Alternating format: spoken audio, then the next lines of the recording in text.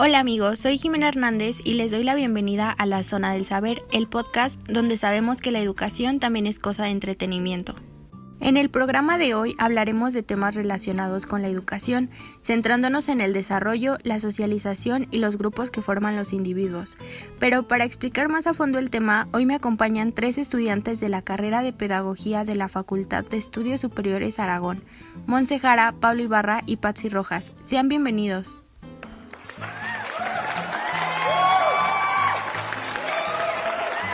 Muchas gracias por la invitación, Jimena. Es realmente un placer estar aquí. Un gusto compartir el espacio con ustedes. Al contrario, son siempre bienvenidos. Pero bueno, demos inicio con esto y pasemos con nuestra primera invitada, Montse Jara, quien nos hablará acerca de las relaciones entre desarrollo y aprendizaje. Claro, Jimena, iniciemos. Quisiera que me comentaras qué entendemos cuando hablamos de desarrollo. Fíjate que el concepto de desarrollo tiene muchas interpretaciones, pero yo destaco la de Palacios, Marchesi y Cole, quienes ven al desarrollo como algo ligado a procesos de maduración biológica, controlados por la parte menos cerrada del código genético.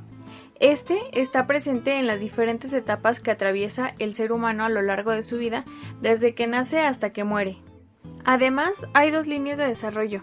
Primero está la línea natural de desarrollo, la cual es entendida por Palacios, Marchesi y Cole como las regularidades y semejanzas en el calendario evolutivo de la especie humana, relacionadas con la maduración biológica y genética, es decir, la forma de desarrollo biológico por la que todo ser humano va a pasar. ¿Y cuál es la segunda línea de desarrollo? Es la línea sociocultural, en la que los factores sociales y culturales ocupan un papel fundamental y que se relacionan directamente con los procesos de socialización, culturización y con la educación. ¿Es ahí donde se relaciona el desarrollo y la educación? Justamente, de hecho, Palacios, Marchesi y Cole dicen que la educación es el proceso por el cual se crea el desarrollo. O sea que sin educación no hay desarrollo. No necesariamente, pues como ya vimos, la línea de desarrollo natural seguirá incluso sin educación, pero la sociocultural sí depende de esta. Palacios, Marchesi y Cole señalan que la educación se construye sobre una base de desarrollo ya existente, ya que la educación lleva al sujeto más allá del nivel de desarrollo deseable, en un momento determinado de la historia personal, a través de procesos estimulantes que generen habilidades cognitivas, lingüísticas y sociales, o sea que la educación ayuda a desarrollar ciertos factores en los individuos. Entonces, el desarrollo y la educación van de la mano, ¿cierto? Mira, te explico. El desarrollo es influenciable por la educación desde las primeras edades del ser humano, porque la educación repercute de forma directa en cómo se desarrolla cada sujeto. De hecho, la educación es un puente de articulación entre la cultura y el desarrollo individual, que designa las actividades sociales que realiza cada grupo. ¿Y es precisamente en la sociedad y en la cultura donde nos educamos? Claro, nadie se desarrolla de forma independiente a la sociedad. De hecho, el primer grupo social que es fundamental para el desarrollo es la familia. ¿Sabes? Nunca había reflexionado eso, pero justamente en ella crecemos y nos desenvolvemos. Es en donde obtenemos diversos conocimientos para la vida cotidiana, por ejemplo, el lenguaje. Y no solo eso, sino también otras cuestiones como el comportamiento, la forma de hablar, de desenvolvimiento social y hasta el pensamiento. Fíjate que a mí me dicen que me parezco mucho a mi hermana, y ahora que lo mencionas, a veces hasta llegamos a hablar igual. Sin embargo, deben tener diferencias, pues todos los individuos se desarrollan de forma diferente, incluso si forman parte de una misma familia. Bueno, siguiendo con esto de la familia, ¿las diferencias entre estas afectan el desarrollo? Antes de continuar, me gustaría dejar en claro el concepto de familia. Palacios y Rodrigo nos dicen que la familia empieza con la unión de 2 personas que comparten un proyecto vital de existencia en común, que se quiere duradero, en el que se generan fuertes sentimientos de pertenencia a dicho grupo. Existe un compromiso personal entre sus miembros y se establecen intensas relaciones de intimidad, reciprocidad y dependencia. Entonces la familia no es necesariamente la que se encuentra conformada por un padre, una madre e hijos. No, esa es la familia tradicional. Palacios y Rodrigo nos dicen que en este tipo de familia los adultos se encuentran casados. Todos viven bajo un mismo techo y el hombre es el que sale a buscar ingresos económicos, mientras la mujer hace a la casa y cuida a los hijos. Pero este no es el único tipo de familia que existe. Los autores también plantean familias monoparentales, que son las familias donde uno de los progenitores está ausente, familias extensas, que es la familia nuclear, más otros familiares como abuelos, tíos, primos y otros. y la familia nuclear o troncal, que básicamente hace referencia a los padres y a los hijos. Vaya que sí hay muchos tipos de familia. Yo formo parte de una extensa y seguro eso también influenció mi desarrollo. Así es, pues tu familia estuvo presente en cada una de las etapas de tu vida y seguramente lo seguirá estando. De hecho, por medio de la familia, los niños adquieren algunos elementos que les permiten desenvolverse en algunos contextos, así como también las costumbres y las tradiciones. Hay que mencionar también que el contexto es determinante, pues este permite entender puntos de vista de partida y hacia dónde se va, incluso formas de organización. Así es, pues el contexto está presente en todas las etapas de la vida, desde la niñez hasta la pubertad, pasando por la adolescencia y al final en la vida adulta. Y es ahí donde justamente impacta el apego. ¿Y qué es el apego? Pues Palacios y Rodrigo nos dicen que es la conducta que presentan los padres con los hijos, que tiene una función de supervivencia, asegurando la proximidad y la profesión de los padres a los hijos durante el periodo de fragilidad. Esto se refleja en los cuidados físicos, la protección frente a riesgos, la relajación de tensiones, entre otras cosas. O sea que es prácticamente el vínculo que se crea en el cuidado de los padres a los hijos. Así es, pues en esta etapa de la vida se hace necesario. Y sabes, esto también se regresa, porque cuando los niños crecen pasan a convertirse en hijos adultos cuidadores. Serra, Gómez, Pérez Blasco y Zácares nos dicen que una vez que los padres envejecen, el hijo pasa a cumplir funciones de cuidador con estos. Ahora que hablas de esto, creo que precisamente todas estas acciones de socialización son las que nos diferencian de los animales. Exactamente, porque los humanos son el único animal capaz de socializar, así como de madurar psicológicamente. ¿Y a qué te refieres con maduración psicológica, Monse? Aquí Serra, Gómez, Pérez Blasco y Zácares nos dicen que la madurez psicológica se refiere al núcleo central de los recursos personales que los adultos disponen para afrontar las diversas transiciones y crisis familiares a lo largo de su desarrollo, es decir, la forma en que los adultos cambian en su desarrollo. Pero creo que eso de maduración es algo un poco subjetivo porque hay ocasiones en que me han dicho que soy madura en ciertos aspectos e inmadura en otros. Claro, pues hay distintas teorías de la maduración donde una justamente tiene que ver con lo que mencionas. ¿Y cuál es esa? Es la teoría relativista. Zácares y Serra aclaran en esta teoría que la madurez es siempre cuestión de opinión personal o de creencias, por lo que una persona puede ser madura en unas situaciones y en otras no. Sin embargo, hay muchas más teorías. Está la teoría humanista constructivista, donde Zácares y Serra nos dicen que lo que nos hace más maduros es el modo en que asumimos las experiencias y les damos significado. Luego sigue la teoría de Peter Pan. En esta, los autores afirman que maduro es aquel que ha realizado sus sueños e ilusiones de adolescente.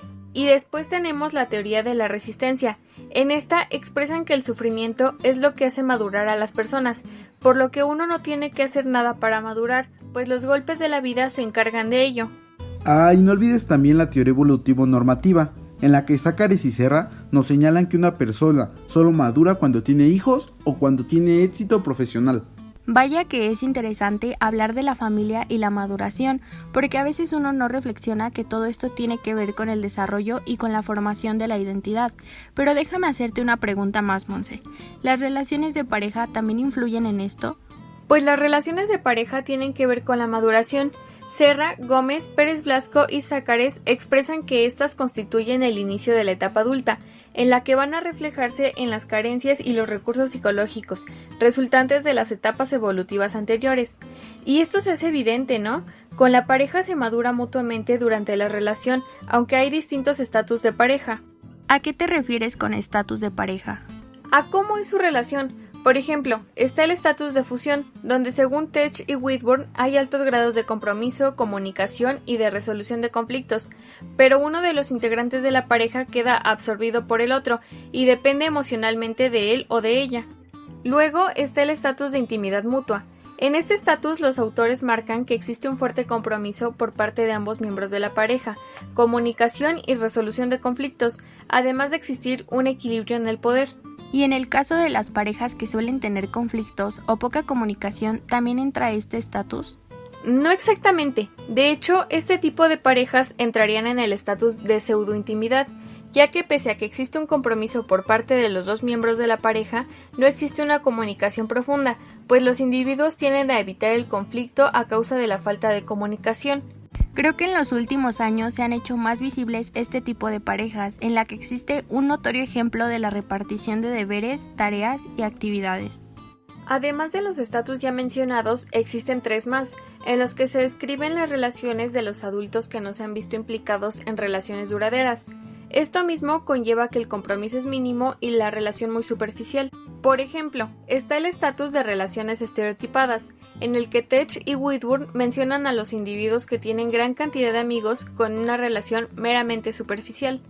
Y por otro lado, con gran diferencia, está el estatus de preintimidad, donde se encuentran las personas con mayor capacidad para desarrollar intimidad con otra gente, se comunican de forma abierta y adecuada, pero aún con esto no logran encontrar a alguien ideal para establecer una relación duradera.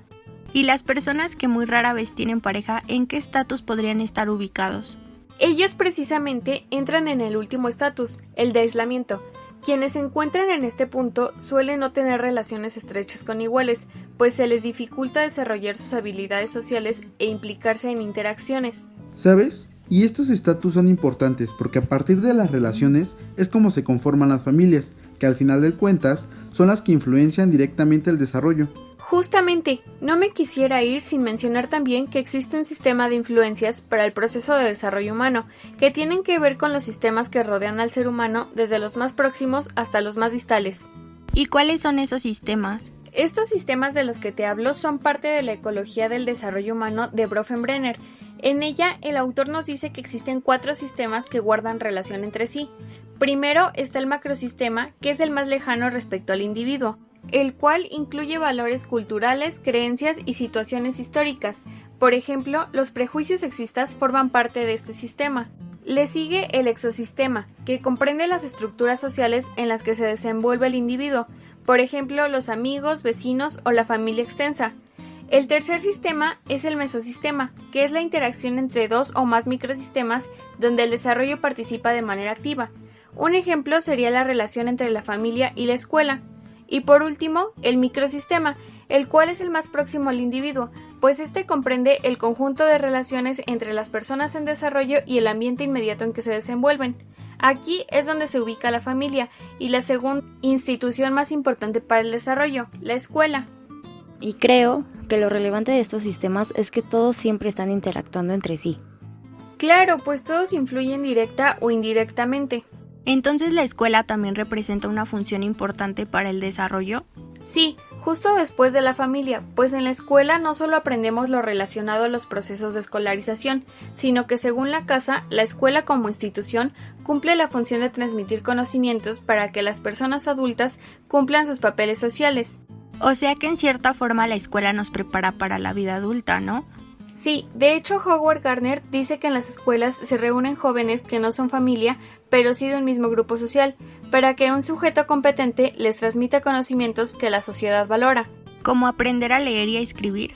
Sí, esa es la lectoescritura, que según la casa tiene que ver con los procesos relacionados con aprender a leer y escribir. Además, en la escuela nos alfabetizamos.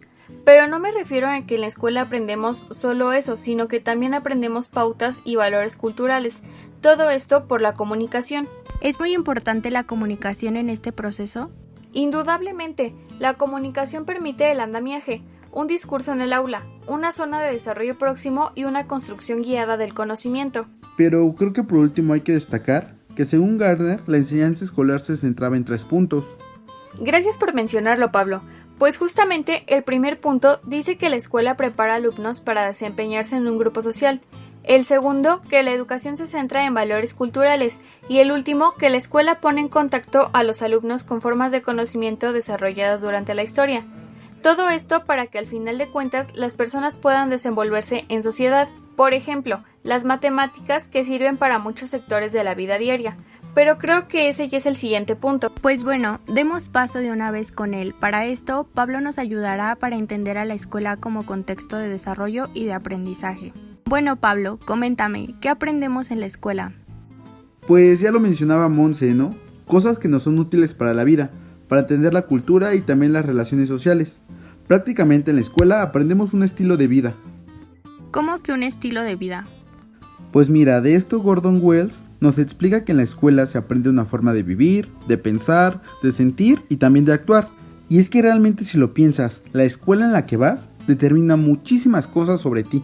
Sí, no es lo mismo el pensamiento de los estudiantes de la UNAM a los del IPN. Exacto, es justamente ahí donde se ven las diferencias culturales. ¿Y a qué te refieres con cultura? Pues la casa nos dice que la cultura es un conjunto de rasgos que varían de unos sujetos a otros. Por eso se ven diferencias culturales en diferentes sectores como la escuela. Básicamente la cultura es la historia en el presente y por medio de las prácticas sociales es como la adoptamos. ¿Realmente impacta la cultura en el desarrollo? Así es, pues es la parte principal de la sociedad donde también nosotros nos desarrollamos. ¿Y qué más aprendemos en la escuela? Pues casi todo aquello que servirá en nuestras vidas, porque si te das cuenta, el español, la historia, las ciencias naturales y otras materias nos brindaron un conocimiento muy útil, aunque a veces ya se nos haya olvidado. Como las matemáticas, pues en la escuela las aprendimos y fuera de ella las usamos todo el tiempo. Así es, aunque muchas veces no se les da la importancia que merecen, porque si lo piensas, todos hacemos uso de ellas y las aprendimos en la escuela, incluso aunque no nos hubiera gustado. Sí recuerdo los problemas matemáticos, yo realmente los detestaba. Pero ¿sabes? Fue necesario que lo aprendieras, porque gracias a eso puedes hacer tus compras, administrar tus gastos y otras actividades. Y es que precisamente para hacer eso utilizas las matemáticas y sobre todo la aritmética. La aritmética son sumas y restas, ¿no? Fíjate que va un poco más allá de eso. Massa plantea que la aritmética es un conjunto de técnicas de necesaria aplicación en la vida social y que es necesario que los problemas aritméticos se enseñe después de aprender los números, por lo que la aritmética estudia los números y a todas las operaciones que se hacen con ello, no solo las sumas y las restas. Y es que al final de cuentas, utilizamos las matemáticas en todo nuestro entorno social. De hecho, deberán enseñarse utilizando como base este entorno social que te menciono. ¿Por qué dices eso? Porque el entorno social es en donde más aprendemos. Fíjate que Dewey afirmaba que el entorno social era verdaderamente educativo en todos sus fines, en la medida en que el individuo compartía o participaba en algún tipo de actividad, porque al participar en una actividad en la que se tiene que asociar algo con otra cosa, el individuo se familiarizaba con lo que se desarrollaba. Es por eso que te digo que las matemáticas deben enseñarse a partir del entorno social, porque incluso así será más fácil entenderlas. De hecho, también pienso que los conocimientos que se aprenden en la escuela deberán ser indivisibles de las prácticas cotidianas, así como también de la cultura. Pero así se enseñan las matemáticas, ¿no? Pues eso debería ser lo ideal, porque las matemáticas se encuentran presentes en casi todo momento de nuestras vidas. Lo malo es que muchas veces los problemas se encuentran descontextualizados, porque no se toman en cuenta las actividades cotidianas, o incluso son enseñados de una manera difícil que hace que los alumnos se alejen de ellas o que les tengan horror. Supongo que así me pasó a mí porque no me gustan. Pero tienen que ser aprendidas. De hecho, estas son una de las capacidades básicas que deben desarrollar los niños en la escuela. Parra menciona que además de aprender a leer y escribir, en la escuela también debemos aprender a calcular, porque el cálculo mental ayuda a empezar a conformar un pensamiento lógico-matemático. Ahorita que mencionas el cálculo mental, ¿a qué se refiere eso? Este es un concepto un poco amplio. Parra señala que el cálculo mental para algunas personas tiene que ver con la repetición memorística de las tablas, y para otras representa una capacidad admirable que orienta a algunas personas, pero lo que es claro del cálculo mental es que esta es la capacidad que tenemos para hacer operaciones matemáticas de forma rápida con nuestra mente. Y creo que el cálculo mental lo usamos diariamente. Claro, por ejemplo al momento de hacer la estimación de gastos que vamos a utilizar para ir al súper, o cuando debemos sacar un aproximado en la cooperación de una reunión de amigos para pagar la comida y la bebida, o un sinfín de situaciones más que te podría plantear. Incluso el cálculo mental forma parte de algunos juegos, ¿no? Precisamente, el juego sirve para que los niños aprendan el cálculo mental. Parra menciona que los juegos en las escuelas tienen un rol muy importante. Por un lado, el juego permite que empiece a haber en la clase más trabajo independiente por parte de los alumnos, como aprender a respetar reglas y ejercer roles diferenciados. Además, durante los juegos, la actividad de cada niño queda librada de su propia capacidad y de sus intereses. Aunque los niños se involucren, a veces les es muy difícil reconocer que en los juegos hay algo que aprender. ¿Y los juegos realmente hacen que aprendan? Sí, y no solo matemáticas, sino también aprenden a socializar, porque aprenden a seguir reglas y órdenes. por lo que realmente el cálculo mental se hace muy relevante, y no solo en las matemáticas, sino también se hace relevante para desarrollar cualquier trabajo que conlleve una resolución lógica matemática.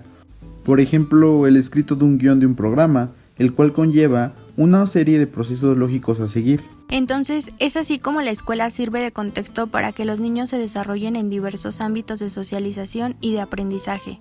Justamente, Jimena, por eso es muy importante la escuela para el desarrollo humano. Muchas gracias, Pablo. No es nada, Jimena, al contrario, es un placer compartir contigo estas palabras. Ahora, para finalizar, Patsy nos mencionará más de la cultura, la comunidad y la educación. Gracias por la palabra, Jimena. Bien, para empezar, me gustaría aclarar algunos términos que se desarrollan dentro de algunas teorías de aprendizaje. Entre una de ellas están las matemáticas, la cual es considerada como tipos de acción cuyo significado está desarrollado en un sistema sociocultural, es decir, actividades que se emplean en la escuela, el hogar u ocupación. De hecho, constantemente hay una pregunta. Perdona que te interrumpa, me parece que es en qué consiste la teoría del aprendizaje y cómo es que ésta se relaciona con las matemáticas. Así es, pues las matemáticas se sitúan como un camino en el aprendizaje y la comprensión de ello, el cual es llevado a la línea de investigación y argumentación. Otro término sería el problema verbal, el cual su intención es fundamentar las matemáticas, es decir, que sean más comprensibles. Muy bien, y por ejemplo, ¿las matemáticas pueden ser medios de comunicación? Claro, de hecho se utiliza para dar mensaje a los niños, pues se trata de narraciones que asumen conocimiento cultural, siendo así que los niños a partir de experiencias ya adquiridas desarrollan más conocimiento dentro de las escuelas. ¿Y esto se puede relacionar con la interacción? Para responder tu pregunta, primero hay que definir qué es interacción. Según Versosa, interacción es la búsqueda de relaciones entre dos actores, así como nosotras en este momento, que hablamos y convivimos. Así que respondiendo a tu pregunta, yo diría que 50-50, ya que sí interactúas con métodos de aprendizaje, pero no con más autores. Otro concepto que tenemos es el de multifinalidad, el cual es un principio de la teoría general de sistemas, es decir, que se basa en observaciones acerca de la forma en que el apoyo en casa puede beneficiar a unos, pero a otros perjudicarlos. Esto nos lleva a la teoría de Pianta y Walsh, la cual se enfoca a los niños con dificultades en la comprensión, o sea, en el desarrollo y aprendizaje bajo las familias. Entonces, ¿las familias pueden ayudar tanto como las escuelas? Qué bueno que lo mencionas, pues hay dos sistemas de desarrollo, el primero familia-hijo y el segundo escuela-alumno, pues según los autores Weiss y Edwards afirman que la escuela y las familias deben estar unidas para dar apoyo a los estudiantes en sus actividades, con el fin de desarrollar influencia educativa, intelectual y emocional. Por ejemplo, lograr los objetivos de cada asignatura impartida en las escuelas y el desarrollo de construcción de destrezas, entre otros, las cuales, por cierto, son llamadas metas de currículo.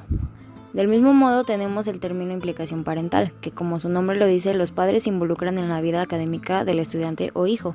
Cabe aclarar que la escuela no es el único lugar de aprendizaje, también existen los llamados agentes exteriores, los cuales aportan conocimiento de manera indirecta. Vaya, entonces si entendí bien, un ejemplo de agentes exteriores serían los lugares y la gente con la que convivimos. Así es, pues en todo lugar puedes aprender algo nuevo. ¿Qué pasa cuando hay padres que no apoyan a sus hijos en el camino de la educación? Gracias a la incompatibilidad de ciertos padres hacia con sus hijos, es que la autora Christensen habla de la permeabilidad, la cual nos dice que los padres deben entrar e influir en la vida del niño para que éste tenga un desarrollo óptimo, ya que de lo contrario se obtiene como resultado un ciclo conflictivo, es decir, series de tensiones personales y sociales que son repetidas constantemente. Para evitar esto es que se aconseja el uso del enfoque colaborativo con los padres y el personal escolar, siendo un facilitador que según Carlson, Hitman y Orton es el que ayuda a construir soluciones que se ajusten a los contextos personales de cada situación, manteniendo orientación positivista. Por ejemplo, ¿cómo se le llama cuando en las escuelas los padres culpan a los profesores del comportamiento de sus hijos? Porque tengo entendido que pasa o en algún tiempo era un conflicto recurrente. Claro, pues existen varios tipos llamados sistemas. El que mencionas se le llama relaciones de evitación, pues como ya lo dijiste, los padres al observar que los profesores los culpan, se niegan y atacan culpando y responsabilizando al profesor. El siguiente sería el de relaciones competitivas, donde compiten por dominar el estatus. No hay comunicación y nadie gana, entre otros sistemas. Ahora, me gustaría que nos platicaras acerca de la alfabetización en la familia. Claro, pues mira, la alfabetización conlleva cambios al igual que el desarrollo, pues Brapslavsky Menciona que la primera infancia es una etapa muy importante en el desarrollo, ya que se interactúa mucho con el medio en que se desenvuelve y a través de percepciones externas y propias es que el niño toma conciencia a partir de sus experiencias. ¿Y en la alfabetización es importante el papel o la presencia de los padres y maestros? Sí que es importante en la alfabetización temprana, pues gracias a su experiencia compartida el niño puede experimentar, ya que los padres son los que propician la construcción del lenguaje desde temprano. Y los maestros son los que orientan a los padres el acto de leer, por lo que generalmente confunden con descifrar prejuicios y creencias antiguas. ¿Por ello es que a los padres se les considera ajenos al conocimiento? Así es.